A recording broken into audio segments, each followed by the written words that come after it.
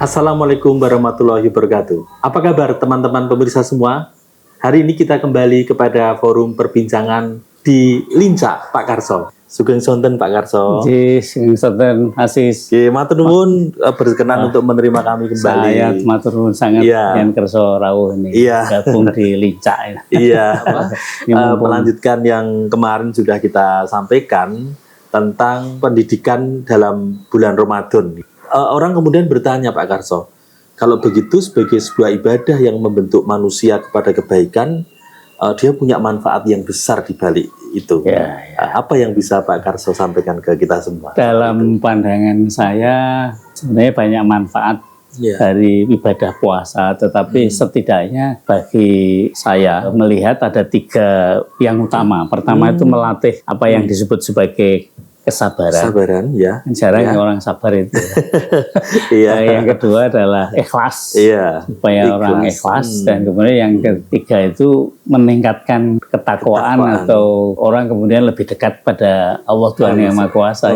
Kalau misalnya yang pertama tadi puasa itu melatih untuk kepada kesabaran rutinitas puasa apa yang bisa mengarah ke sana, Pak Karso? Ya coba misalnya seperti sore ini menjelang buka kita kan mau tidak mau dilatih sabar. Menunggu waktunya.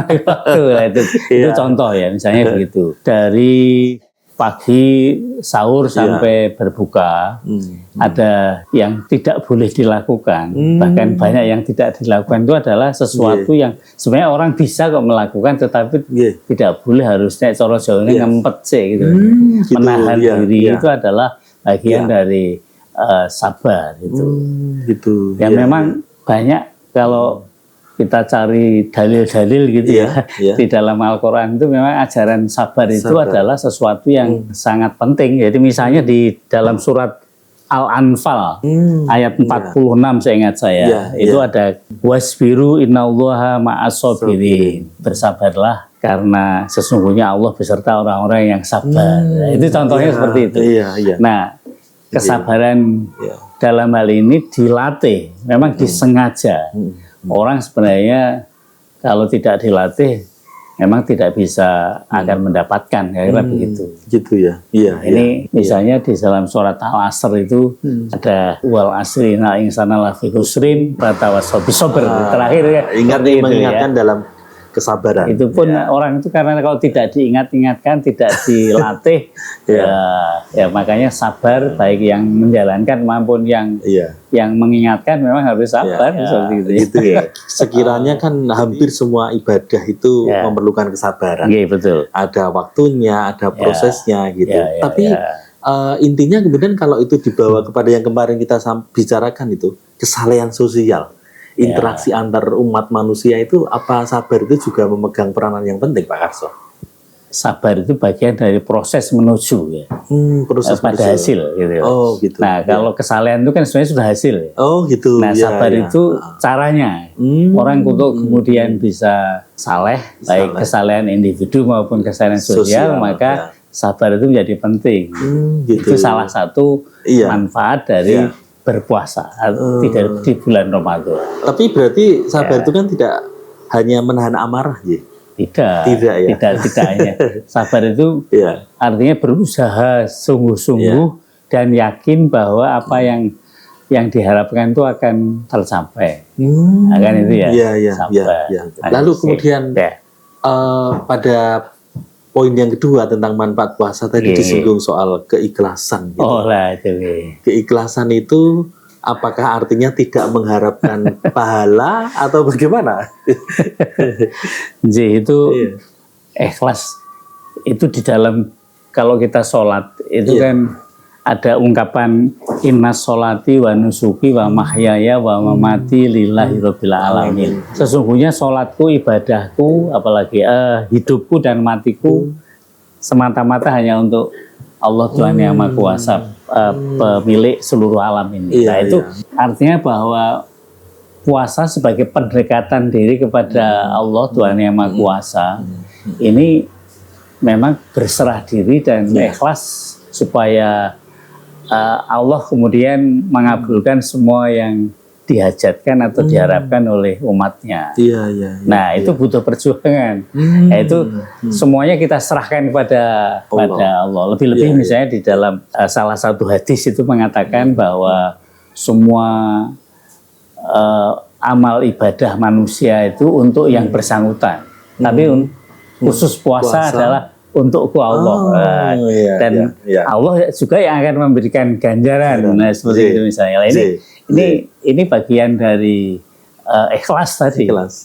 Percaya karo Gusti Allah, ikhlasnya gitu.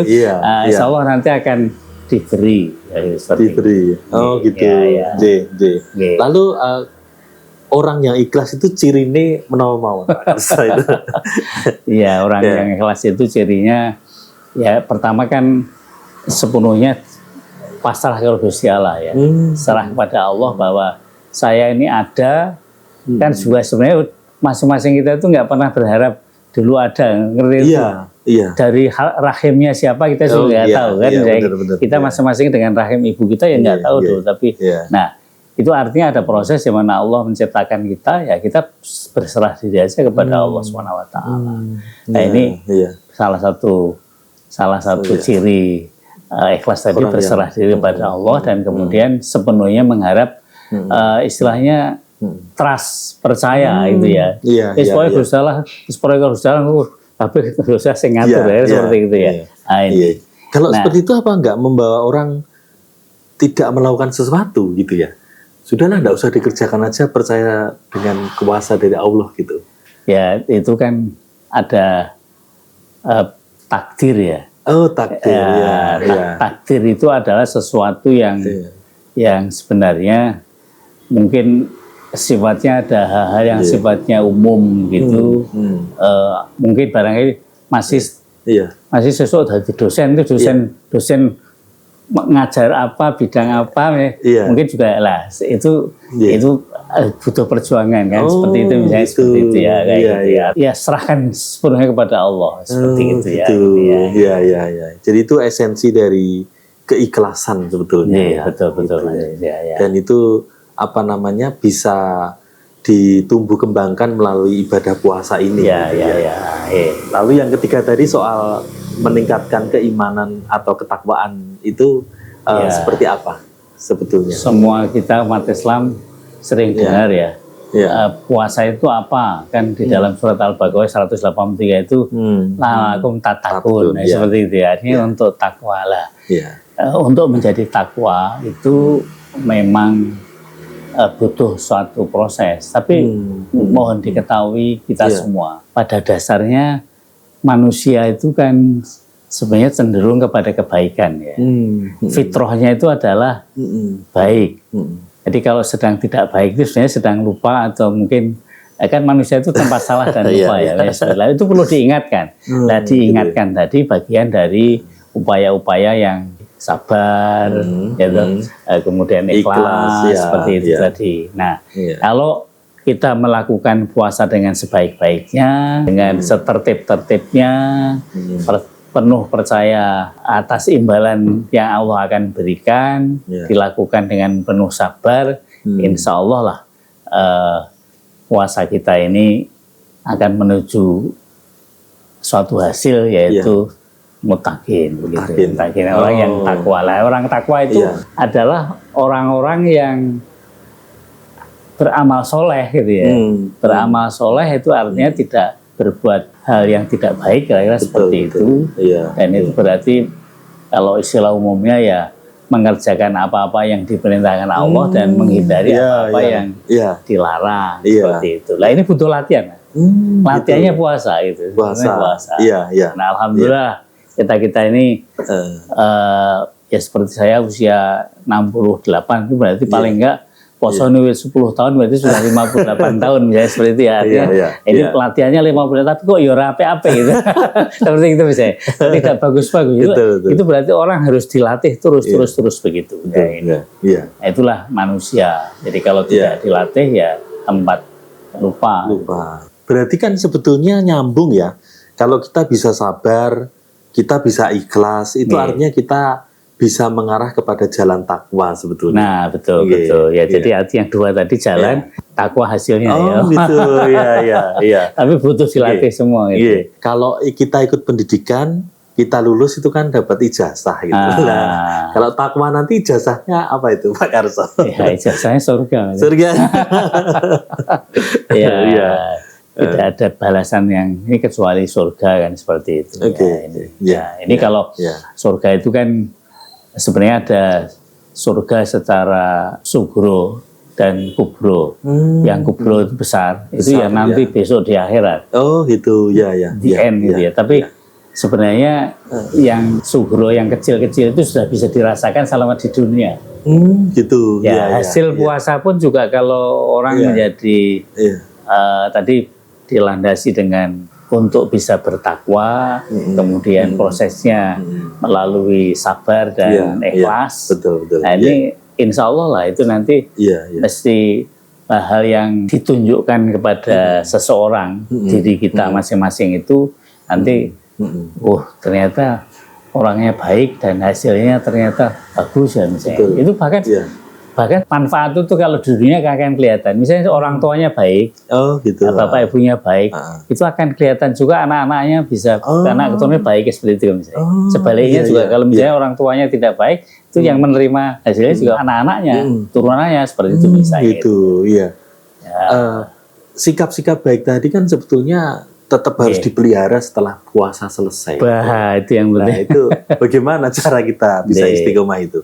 Ais nanti kan misalnya ada banyak loh ya selama bulan puasa ini upaya-upaya ada bagaimana memelihara malamnya Ramadan dengan tahajud, dengan sholat tarweh, dengan berbuat baik yang lain, termasuk nanti misalnya peduli kepada sesama manusia atau orang yang kalau ini kan sebenarnya orang-orang yang kecukupan pun tidak boleh makan, itu artinya untuk merasakan seandainya saya itu tidak punya makanan, seperti orang-orang yang biasa tidak punya makanan.